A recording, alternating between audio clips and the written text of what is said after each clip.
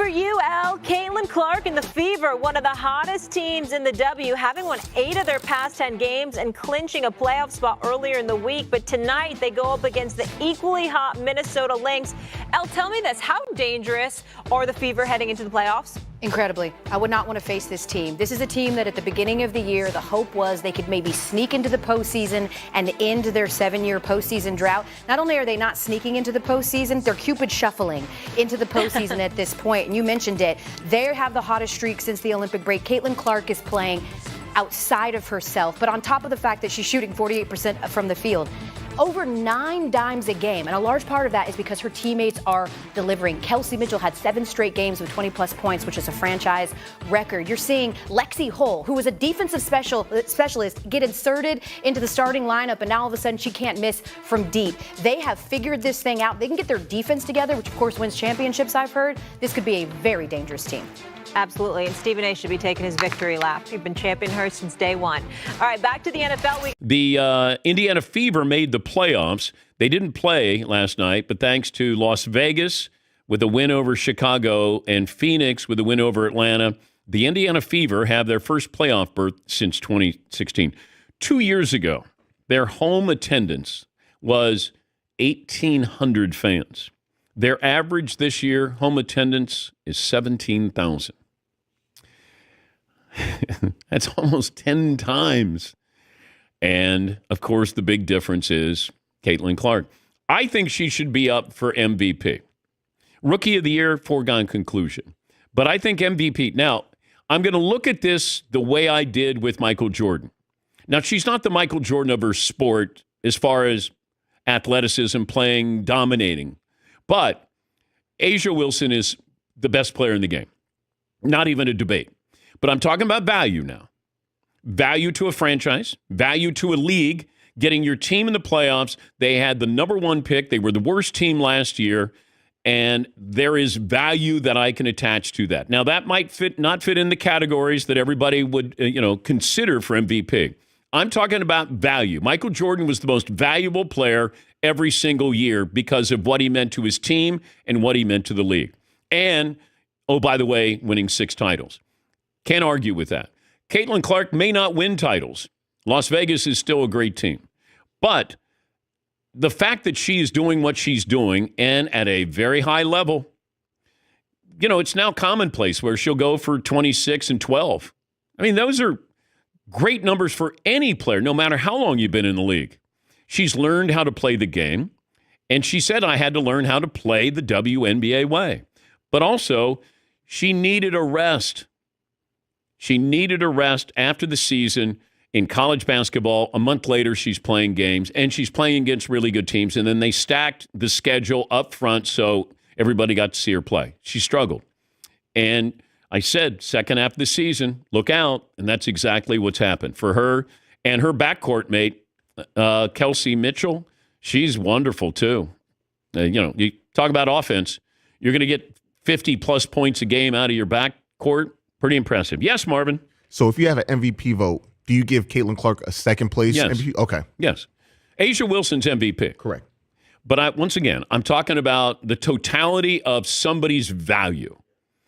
Her value is felt every place she goes, every arena she goes. TV, ratings, value. Now, look, that's not, I guess, fair, with statistical categories. But this is something that, to me, is larger than this, the stats that you're going to have. Value, I think she should be runner-up to A'ja Wilson. Now, there have been wonderful players. There are wonderful players. I'm talking about something that maybe is hard to define, but you know it when you see it. And that is the value that she brings to her sport. Night off. Yes. But man, this is the first time that they're going to be in the postseason since 2016, a 7-season playoff drought. And this is exactly what Caitlin said the goal would be this year. People right away were like, are you guys going to win a championship? She's like, pump the brakes. The goal is to get this team, A, above a 500 record, Correct. and B, back in the postseason, and that's exactly what they've done. First postseason since 2016. That was 3 presidential administrations ago. First time with an above 500 record since 2019 when they were 4-3 out of the gates to start the season. I think it's appropriate to start talking about Now, while, we could be a little bit ambitious talking about championship aspirations, but I don't think it's too ambitious to say that nobody wants to see the Fever. And we can double down on that right now. As it sits, let's just say for the purposes of this experiment, they're in the 6th seed. So that means they are lined up with the Minnesota Lynx, who Rebecca Lobo said would be the dark horse to win a WNBA title. Sure. In her estimation, the way that they are playing right now, they have another MVP candidate in Nafisa Collier, who's sort of leading the charge with that team. But now we start to have some fun conversations with less than 10 games, 8 games to go left in the regular season, with the WNBA playoffs starting in 17 days.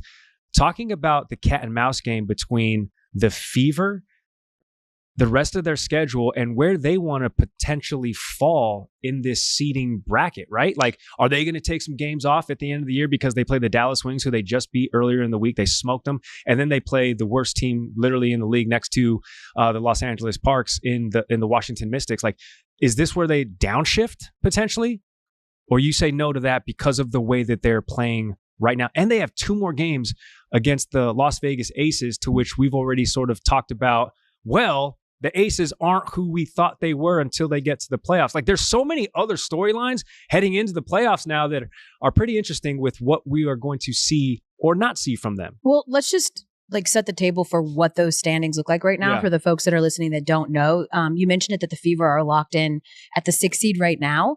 The lowest that they could fall would be to 7 seed, which is currently being occupied by the Mercury, who are just a game back from the Fever. But that's likely not going to happen, right? Because they've swept them, and the Mercury got to win out, and basically the Fever would have to. Yeah, I mean, it seems like a bunch of games. Well, and then the right above the Fever in the standings right now are the Storm, who have 2 games on the Fever.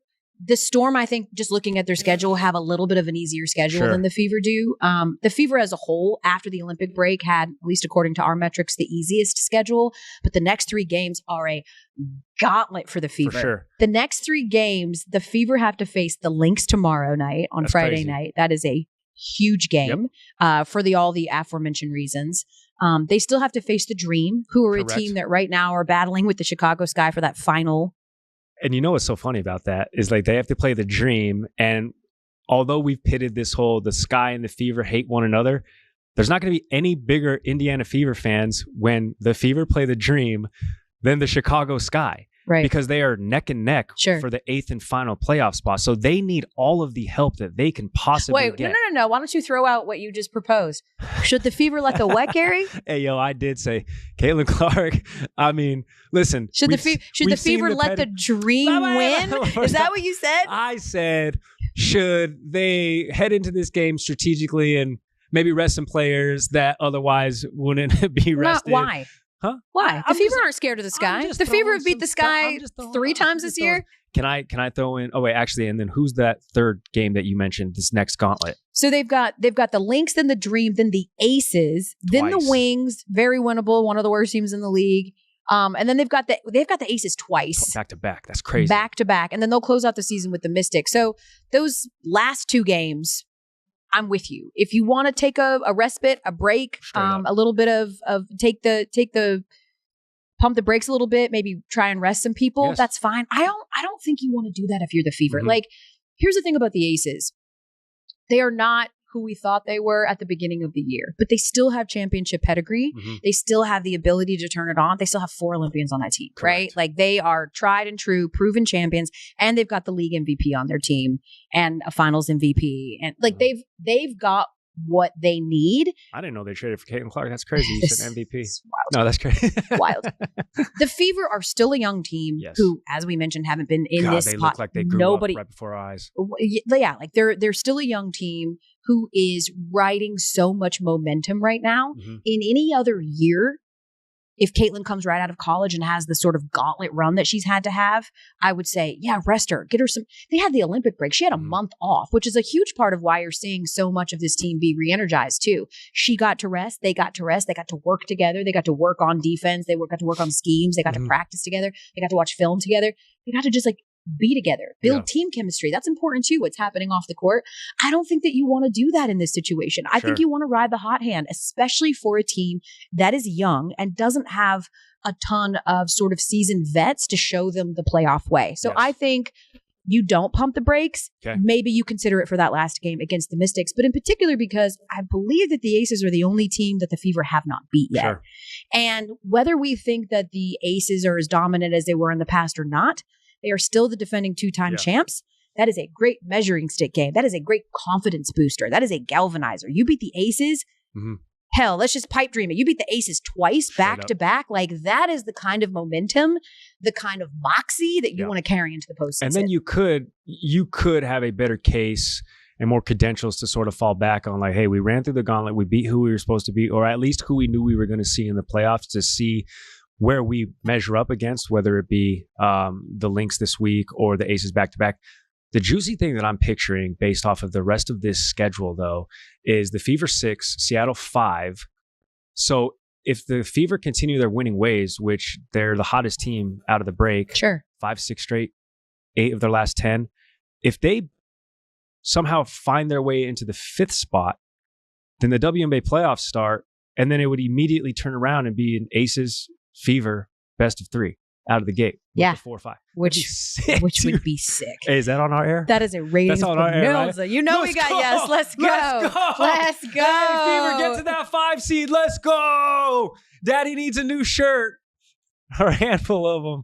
Listen, our colleague Janae Gumike's sister Neka plays for the Storm. I'm not going to actively root for the Storm to spit the bit and fall apart. That's my bad. But I'm just saying, if it was to happen, it would be an unintended, really great consequence for us, just because that would be an absolute ratings bonanza. Honestly, like, the Fever could be playing the Harlem Globetrotters or the Generals, and they're going to do really well. It doesn't really matter right now. Nobody wants them. And you can understand why. I think too, like, even the idea of like outlooking the postseason has even changed internally, and you're talking about, like, well, even what they believe they can accomplish. I was like, ESPN, because for Caitlin, as I mentioned, for her it was just about getting this team back to the postseason, and for a little bit, it was like, okay, maybe they can sneak in. Oh, they're playing a lot better. Maybe they can sneak in. As we've been saying, they're not sneaking in anymore. Correct. They have announced themselves. They are coming in hot. But even her comments about making the postseason yesterday tell me that they're dangerous, because she has shifted from, we just want to make the postseason, to, we're not celebrating making the postseason. Mm-hmm. We actually believe that we can win a series, maybe more. And that is very different than we're just happy to be here, which was the goal before. Just get to the playoffs in that drought, save your coach. Shout out, by the way, to Christy Sides, who got Coach of the Month. Mm-hmm. And this is a woman who, like, people wanted her job after a week. Mm-hmm. I wonder if Lisa Bluter, now that she left Iowa, would come over and coach the Fever. True. She just down the way. People were floating that like right away. And Christy kept, sort of asking for patience as well. Yeah. And now to see her get this accolade, like, good for her. I hope it's a huge relief to her. I hope that, like, we can finally put that to bed. She is not on a hot seat. Like, she knew what we all knew, which is that this team would just need some time. But it's dangerous that now they've shifted from, we just want to make the postseason, to, we don't want to just make the postseason. We want to win a series. We think we can make some noise. And I tend to agree. Listen, optimism and confidence go hand in hand, and it is a hell of a drug. You win that best of 3 out of the gates.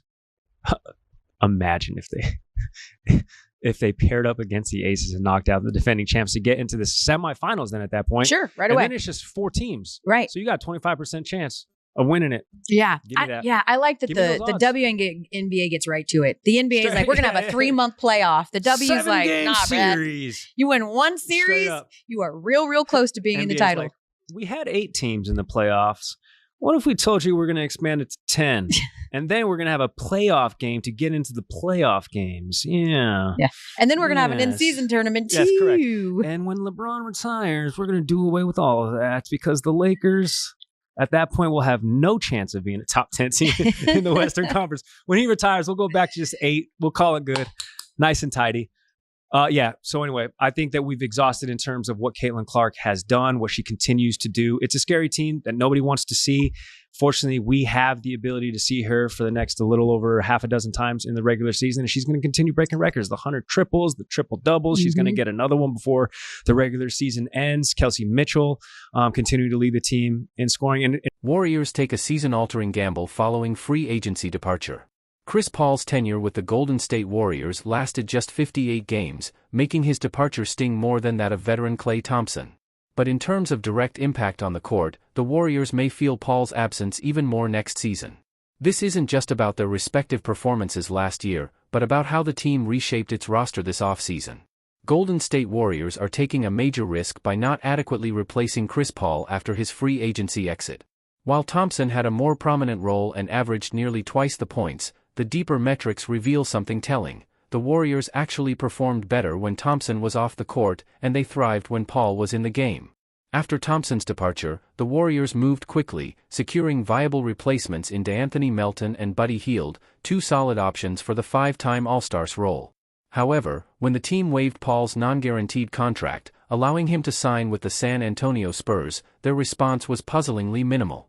Instead, Golden State seems ready to lean on rookie Brandon Podziemski to not only fill Thompson's role but also take on Paul's duties as backup point guard behind Stephen Curry. They also signed undrafted guard Reese Beekman to a two-way contract, but there's no certainty he'll make the final roster, much less become a legitimate rotation piece. What often goes unnoticed is that the Warriors didn't rely on Paul as much as anticipated last season. While part of Paul's value was as an ideal backup for Curry, the two-time MVP remained mostly healthy, playing in 74 games, his highest total since the 2016-17 season. But what happens next season when Curry inevitably misses 15 to 20 games, as his injury history suggests? Will Podziemski be ready to step up as the primary playmaker? Or will Steve Kerr be forced to lean more on Draymond Green and Kyle Anderson as makeshift point forwards? Neither scenario is ideal, and it presents a season-defining risk with the potential for disaster. It's not as if Golden State seems eager to solve this glaring problem, either. The players they've brought in for workouts this offseason, Bruno Caboclo, Davis Bertans, and Troy Brown Jr., are far from point guards. There's still time for the Warriors to make adjustments before training camp and the preseason, but as it stands, there seems to be a severe lack of contingency planning if Curry goes down or if Podziemski proves unready to lead an NBA offense so early in his career. This could be a gamble that not only shapes the upcoming season but also defines the Warriors' future championship hopes.